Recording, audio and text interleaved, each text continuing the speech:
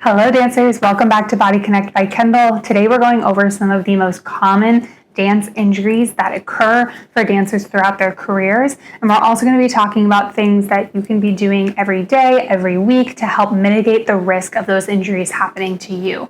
We really want you to be able to take care of your body and have a long-lasting career. So let's jump into our first common dance injury. One of the most common injuries for dancers are ankle sprains, which is when you have a sprain or kind of like a tear in one of the ligaments around the ankles. And these can be like varying degrees. You can have like a small sprain up until like really, really bad sprain too, or like a big tear. And usually this takes a long time to heal. It's very common because we are doing so much with our feet, especially ballet dancers when they're going all the way up onto point. And a lot of times our feet and ankles are probably not as strong as they could be. And that's why strength training becomes even more important, because we have to be able to support those muscles in the feet and in the lower legs as well. Another common dance injury are stress fractures, and stress fractures can be from overuse and repetitive stress put onto a bone. So a lot of times you'll see stress fractures in also the ankle and foot, sometimes lower back as well. And I think that usually comes from like repeated choreography or continuing to dance and not give your body enough rest throughout the week. Especially if you're working on like a rigorous piece of choreography, I think it can be really easy to overlook some of those rest periods that you need. And a lot of times dancers have the tendencies to like feel a little bit of a pain happening and then kind of ignore it and think, oh, it's not that bad. It must just be, I must have slept on it wrong. And then it grows into like bigger and bigger and bigger pain as time goes on. And at that point, you have to go to physical therapy, right? And physical therapy is what you want to do, but we want to get ahead of those things early on. So as soon as you're feeling pain, you're taking it as a sign that your body knows that something's up and we need to pay attention to it. The last common injury that I wanted to go over was actually hip impingements. And hip impingements, there can be kind of a nuance to this because it depends on everyone's anatomy and whether your femurs are a little bit more rotated in or out or side to side. It just is going to depend on how much room you have in the hip socket to be able to lift the leg. And a lot of times we see hip impingements happen for dancers who maybe are not doing as much strengthening for those muscles, or they are using them again repetitively and overusing them to the point of exhaustion and fatigue. And what we want to be mindful of is actually paying attention to how our femur is gliding into the hip socket in that ball and socket joint. And we want to be able to keep that range of motion and have the strength to support that range of motion in the joint itself. Now, there's a few things that I want you to keep in mind when it comes to lessening your chance of getting these sorts of injuries. One, be aware of your body and what's going on.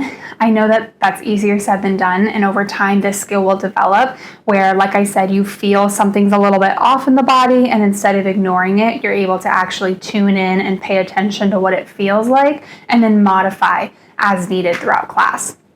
Another way is by adding more warm-ups and cool-downs to your movements. I don't want you to just go straight into stretching cold or straight into rehearsal cold.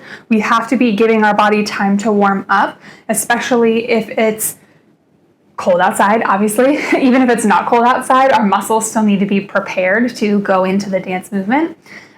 We need to be able to like slowly and progressively build upon the strength and the activation and the mobility that we all need in those joints and in the muscles.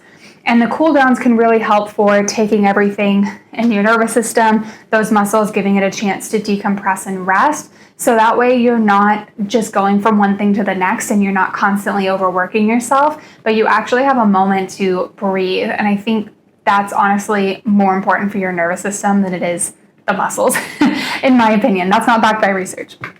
And then the last one is doing some mobility work. I want you to be able to have as much like flexibility and range of motion as you can, but you need to be able to do it safely. And with that comes strength training as well as mobility work.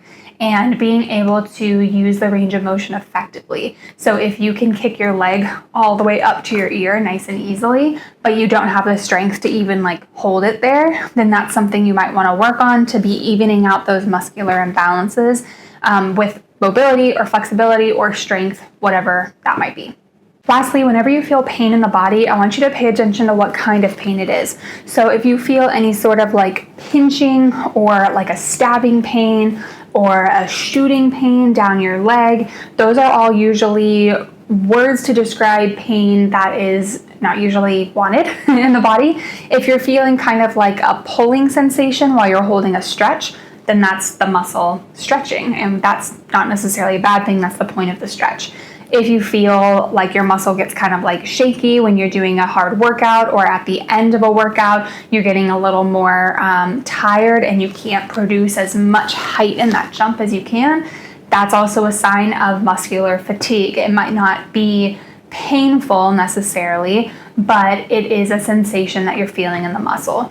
And if you are a dance teacher also, and it's important to teach your students the differences between these sensations as well, because if something, quote, hurts, that doesn't necessarily mean that they are in pain, right? And we need to be able to teach those dancers the difference between feeling something that's really painful, like something's wrong, versus my muscles feel like they're working really hard. And that's something that I like to teach, especially the younger dancers, right from the get-go. So if you've ever experienced one of these injuries, I would love to hear what your experience is. Leave a comment and let me know what injury you had and then how it's feeling now, if you did any sort of physical therapy or any sort of treatments for that injury. And I would love to hear what sort of ways you are including in your daily life to help lessen your chance of injury. So whether that is adding the warm-ups, doing strength training consistently, stretching consistently, whatever that might be for you, I want you to just share it so we can get some different ideas in the comments as well. And if somebody doesn't have a way that they're preventing injury right now, then they can get some ideas from all of you guys. Have a great rest of your day. Let me know if you have any questions. And hopefully we are never going to experience these injuries in our dance career because we're going to be safer and healthier, smarter dancers.